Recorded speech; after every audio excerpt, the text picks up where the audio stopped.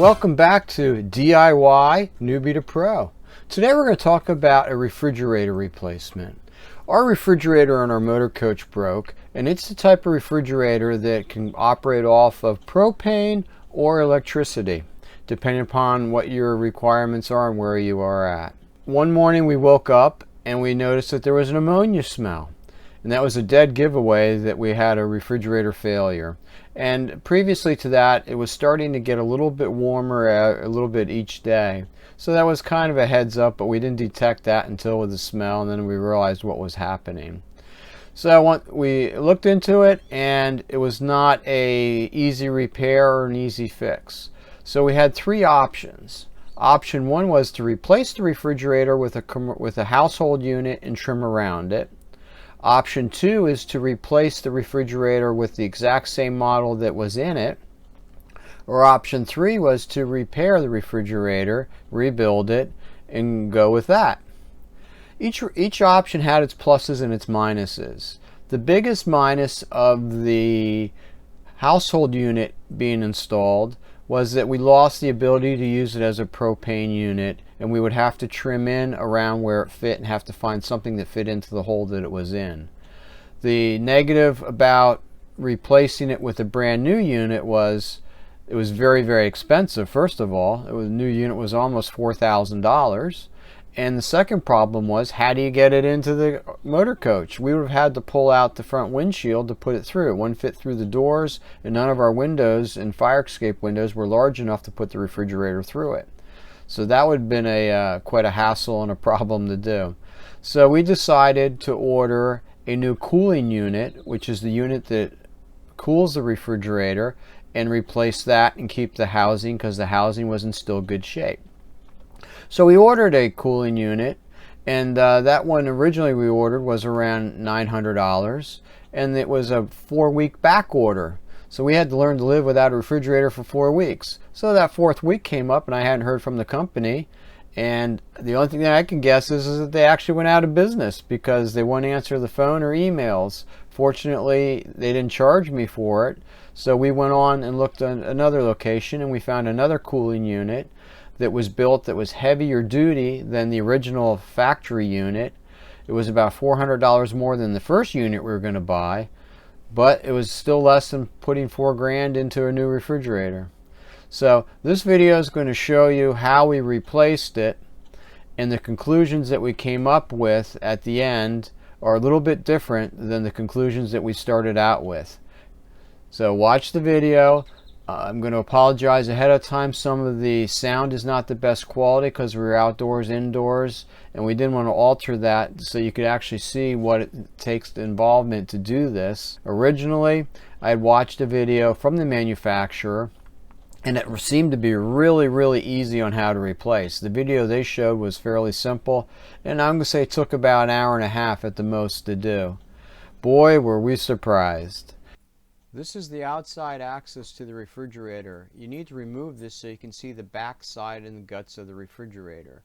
This is the view inside, and you can notice to the right that is the burner, and that's where they fault most often. That yellow indicates that the ammonia has leaked out. Now we need to remove the refrigerator, so you need to take the screws out of the top of the refrigerator and out of the bottom of the refrigerator and remove the trim pieces so we can slide it in. Then you need to remove the water connection if you have an ice maker such as I do, which is on that bolt, and the gas line which feeds the burner to the refrigerator. Then you need to disconnect any tie tabs and the electrical current. That's the 12-volt power supply needs to come off. Okay, while we're outside disconnecting the water line and the gas line and the 12-volt system coming in, I'm going to take out the bolts in the back here that mount the cooling unit to the back of the refrigerator here and down below in the fan area.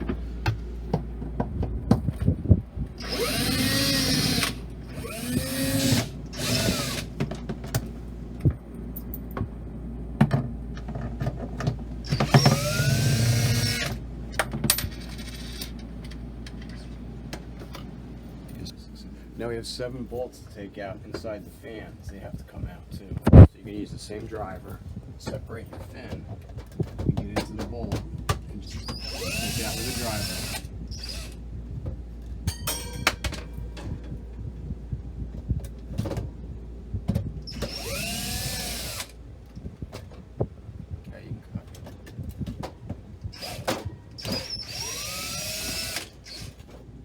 good idea to get a bowl and just put your screws in it so you don't lose anything, and get a magnet pull so if you drop something inside the refrigerator you can pull it right out real easily.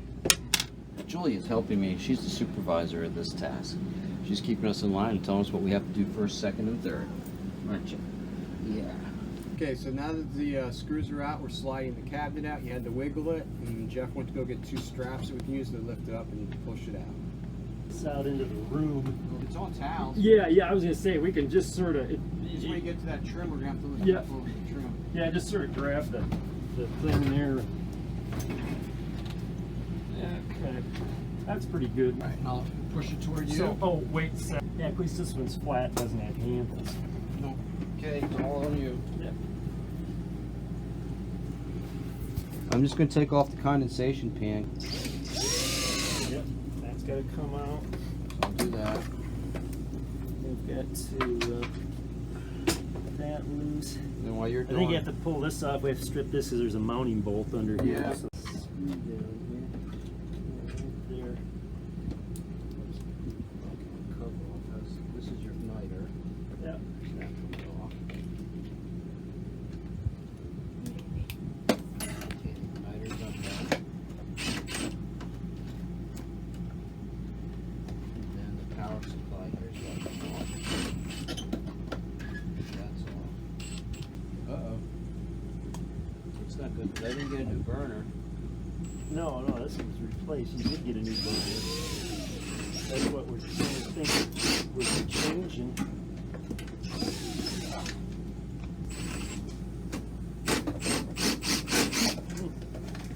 There we go. Get that big covers off. Now, you have a utility knife, right? Yep. Grab one. Okay. All right. Slice and dice, and we're ready to go.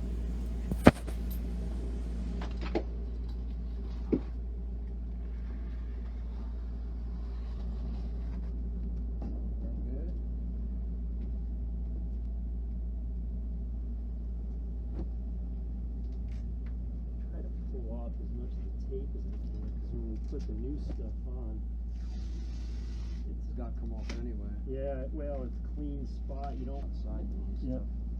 So.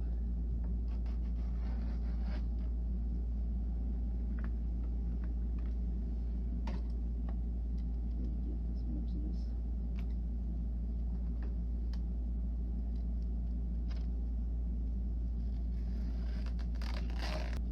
No way to make it any different. Well, they made the boilers bigger. I mean, Yeah. look at the coils; they're different. Yeah, I mean the new stuff, what they're trying to do. I always miss those. So there's one on this side, yeah. Yeah, sir. Wanted to be able to see. Yeah. Oh yeah, we need them. There's a magnet thing behind you, and a rod. Oh. Yeah, that's good for grabbing stuff. Yep. Yeah, now I got my magnet out. There we go. I got the.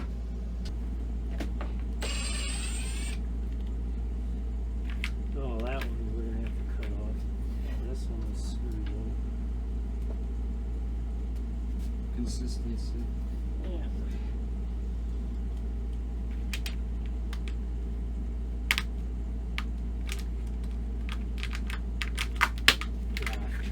Really hate when they do things different all the time.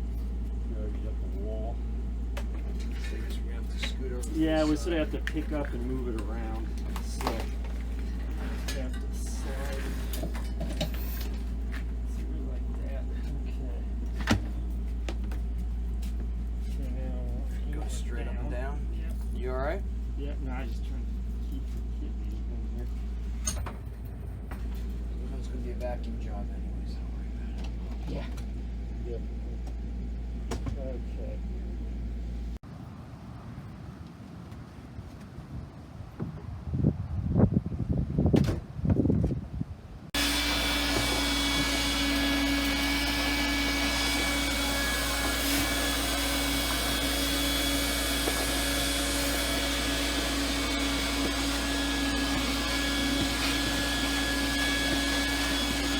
You have to scrape off the old mastic so that the new mastic is cleaning cleaning job, and you want to clean out as much of the old stuff around the edges that you can for the foam. So once again, that'll stick.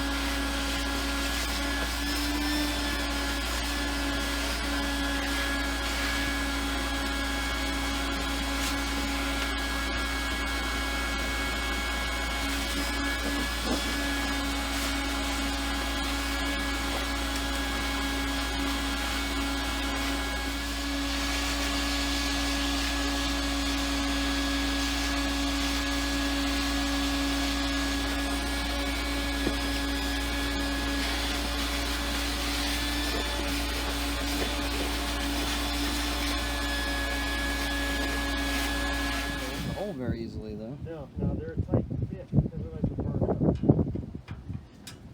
So you really can't put lube or anything on them. No, because it burn it out. There we go. Once it goes pretty easy. It's just a matter of getting it tweaked around here. And these are 45s and those are 90s. That was the other question I had. It says matter as long as you got the same wattage. He said they're 225 watts. That's what matters.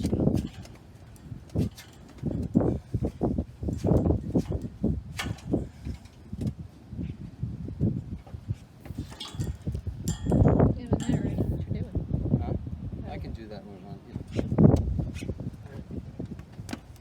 So I gotta redo this because it's the only ones I use.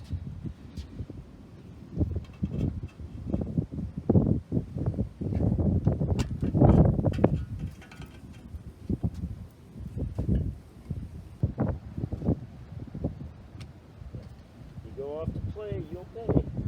Yeah, that's how it works. Yeah, it looks like things are lining up. Good.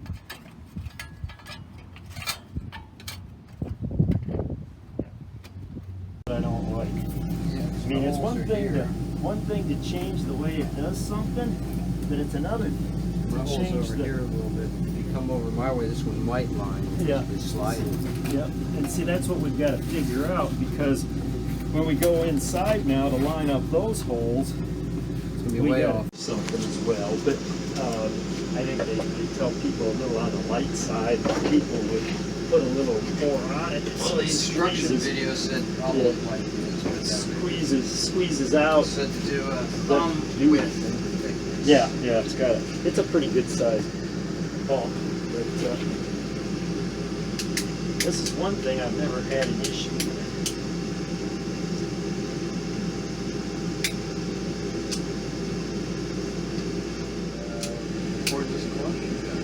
Yeah, I've thought about it, but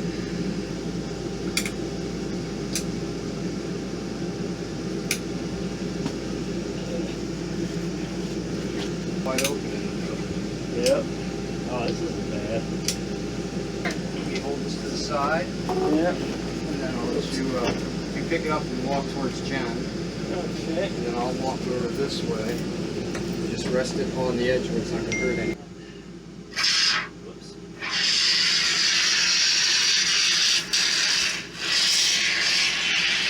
Oh, yeah.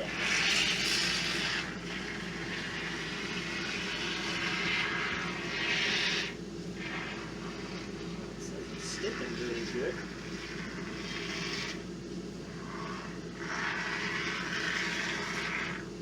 That's probably why they tell you to do it twice. Yeah.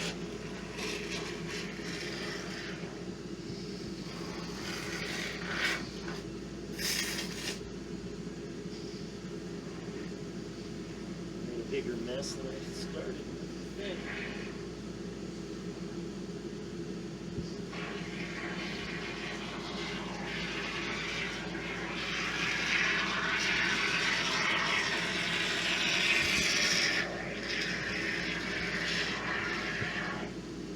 In good shape. You actually put it on the edge. Yep.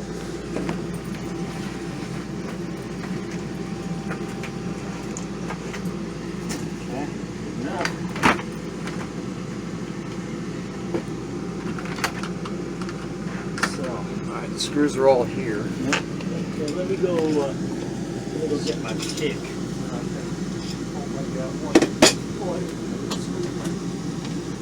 Once the new cooling unit was installed on the back of the refrigerator, we set the refrigerator upright and took it back and reinstalled it into the wall, reverse of the way we took it out. So we used the belts, we lifted it up, slid it into the hole, went in the back of the unit, reconnected the 12-volt power supply, the gas line, and the water line for the ice maker, the electric line for the cooling fans, and then we came inside and put the trim work back on, tested it, and life was good. The refrigerator functioned. We also had to go into the burner for the propane side to make sure that the burner was operating correctly and had a good flame and there were no malfunctions there, and that worked out also.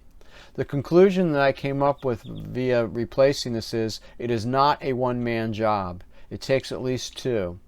And I would also highly recommend hiring a service tech, and if you want to reduce your bill, you can help him and be his spare set of hands and do as I did, where I helped remove nuts and bolts and worked on cleaning the unit, so he's not wasting his time doing that. He can do some of the heavy duty installation work, such as modifying the box around the burner, which we had to do and cut, and rewiring the unit because it had been modified a couple of times for some recalls, and putting the unit in as it should be.